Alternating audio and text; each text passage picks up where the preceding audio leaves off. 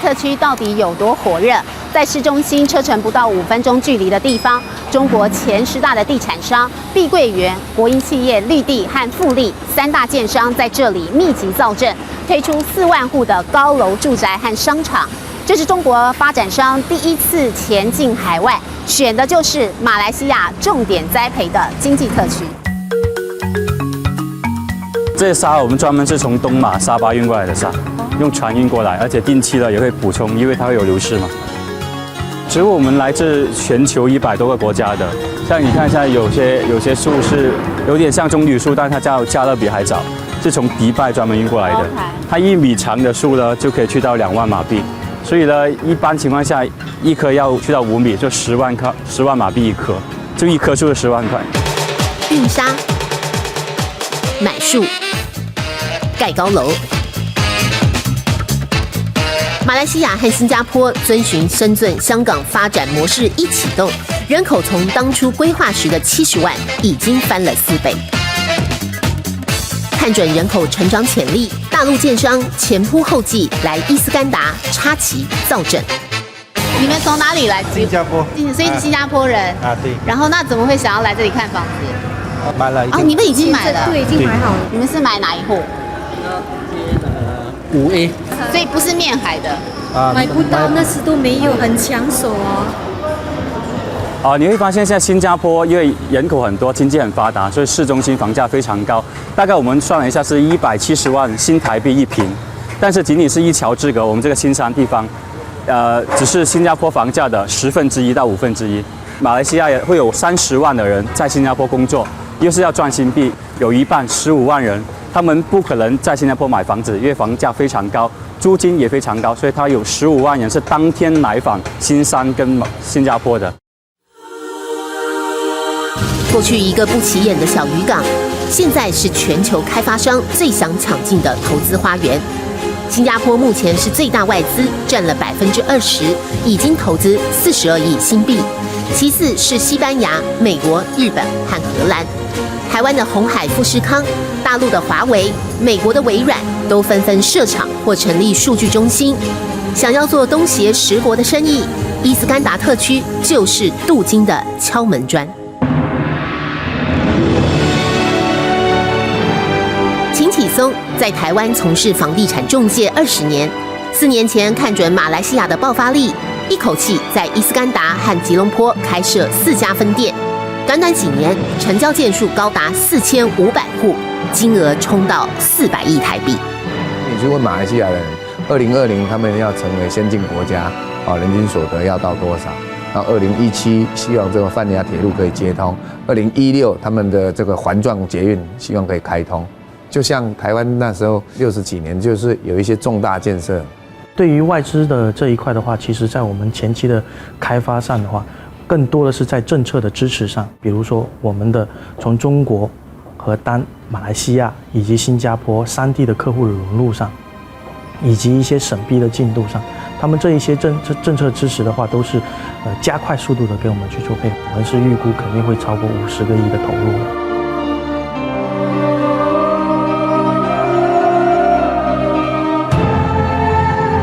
10年前的亚洲金融风暴重创马来西亚，当时人均所得不到5000美元，但如今它已是东协国家里经济规模仅次于印尼、泰国的第3大国，国民所得翻了1倍，还要朝3倍努力。从破产边缘到东协明珠，政府支持，政策转型，不赚轻松钱。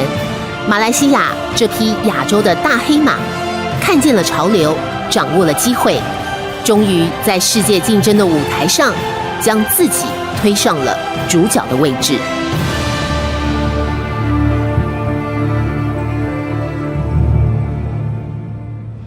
欢迎回到崛起中的东协明珠，聚焦马来西亚。2011年，世界银行出了一份报告，表示马来西亚在世界各地的工作的人数超过了100万人。而至少1/3都是高技术的白领人才。这项报告还指出，过去30年来，马来西亚移居海外的人数增加了4倍，而过去20年来，专业人才出走的人数成长了3倍，远超过引进的低阶外劳。而受过大学教育的高级专业人才，每10个人当中就有2个人出走。严重的人才外流，让马来西亚政府立刻成立人才总部，提拨了6亿5千万台币，启动专才回流计划，用超低税甚至免税召唤流散在海外的白领人才回流，也吸引外籍精英来马来西亚投资移民。短短几年，一连串的政策逐渐发酵，敢给的马来西亚已经扭转了人才外流的局面。现在走在吉隆坡的街道上，很容易遇见来淘金的台湾青年。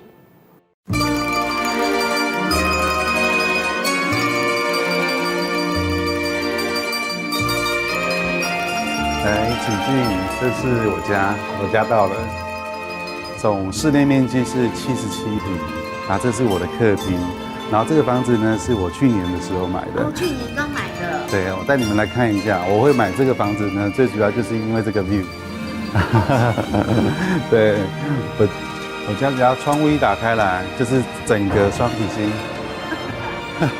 正对面的站，所以呢，这边看烟火、跨年烟火，或者是他们的国庆烟火，就可以全部都看得到。像上次那个 F1 赛车，每个人都来我家看，因为有免费的门票。Steven 周家庆，36岁，马来西亚地产中介商执行长，也是刚被册封的拿督州，顶着台湾海洋大学河海工程博士的高学历，5年前原本只是来马来西亚考察，却没想到从此落地生根，娶妻生子。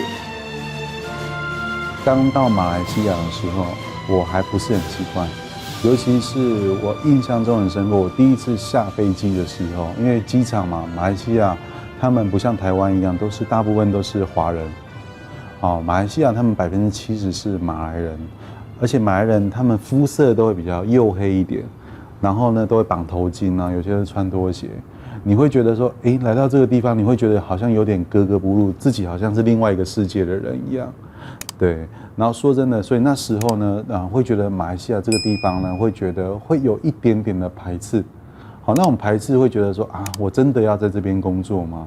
我真的要这边投资吗？我真的要在这边生活吗？周家庆还在念博士班时，就曾经帮家里靠着房地产赚了人生第一桶金2000万，也因此奠定他对房地产市场的敏锐度。这一带呢，你不要看它这样的破破旧旧的，它这一带的租金、店租是全吉隆坡最贵的。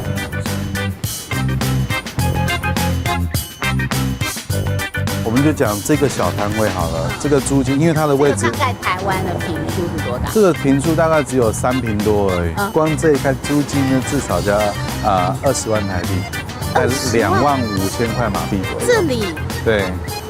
那他们负担得起吗？你不要小看这个他们这个生意是很好的，因为呢，他们除了做零售之外呢，他们兼做批发，就像五分埔一样，他们消费力特别强。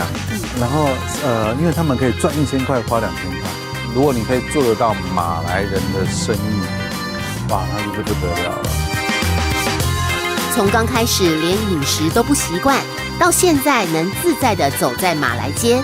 发展中的马来西亚消费力惊人，房地产交易更火热，这是周家庆愿意离乡背井、异国打天下最诱人的吸引力。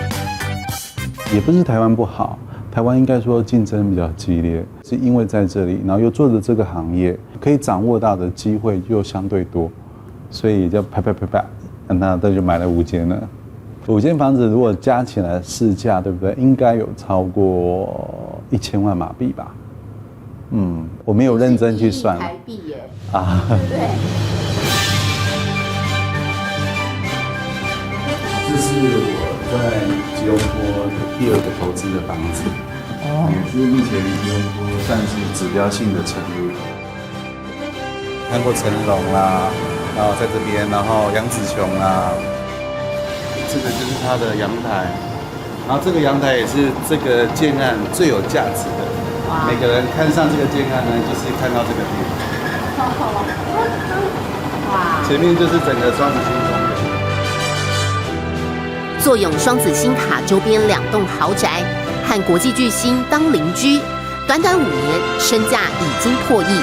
台湾青年周家庆在马来西亚圆梦，更因为事业成就备受马来西亚官方肯定，被册封为拿督，荣获最年轻有为的拿督博士头衔。不但是标准的人生胜利组，更是马来西亚商界的台湾之光。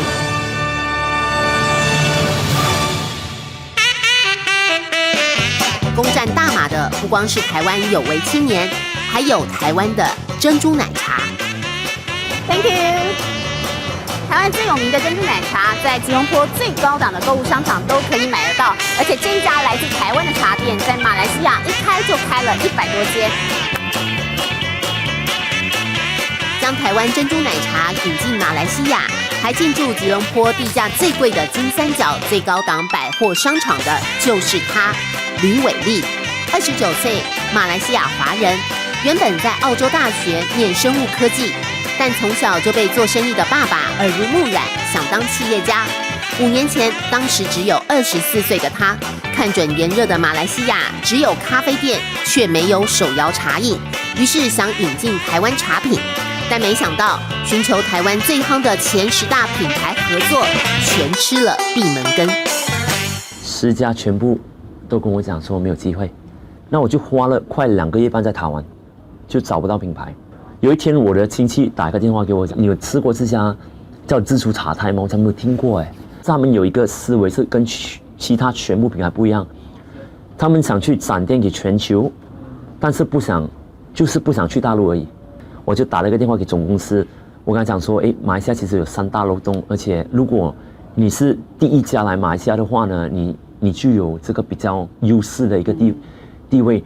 那我就在15分钟的电话过程呢，就说服了他24个钟头里面飞进来，就给了我人生第一个创业的机会。隔年2010年，吕伟丽带领40个大马年轻人旋风式展店，短短3年开了100家，成为马来西亚的茶饮先锋，也因此促成台湾茶饮品牌股票上柜，成为遍布全球4大洲、28国、1200家分店的跨国企业。有的就是一个很爱做生意的一个热忱吧，跟加油站合作，会在陆续的3到5年开多250家。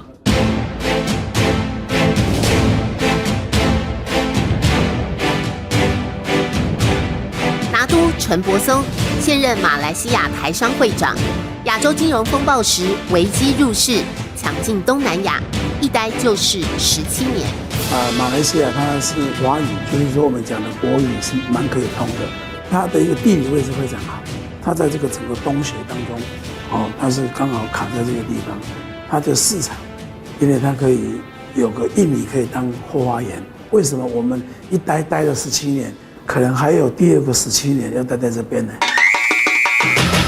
讲中文也通的语言优势，加上马来西亚相对其他东南亚国家政局稳定，陈柏松进口台湾的原物料，做起保健食品，旗下有食品和化妆品工厂。400名员工创造1年4亿的营业额。当初带着3000万台币来闯荡，即使近期马币大贬，但交不息陈柏松对大马前景的信心。未来还要锁定医美和文创产业，继续加码投资。可是你想想看，至少有20-30%。所以你打算还要再增加多少的投资金额？初期是100万美金啊。为什么对马来西亚这么有信心？因为我是对马来西亚熟悉啊，当然这应该也是我第2个故乡啊。东南亚来讲的话，它在这边除了一个整的一个政局很稳定，所以我相信这个货币调跟现在的这个政治方面的景气是暂时的。如果你不做好准备，那你再爬上去的时候都来不及了。是卡位，是淘金，也是看准未来的爆发力。官方统计，目前大马的台商共1800家，但实际数字可能翻倍。过去因为紧邻新加坡，两地白领平均薪资差了将近5倍，人才长期外流。但如今一样是辛勤耕耘的工作者。不一样的是，已经学会用软实力乘着马来西亚这匹崛起的黑马，一同大赚世界的钱。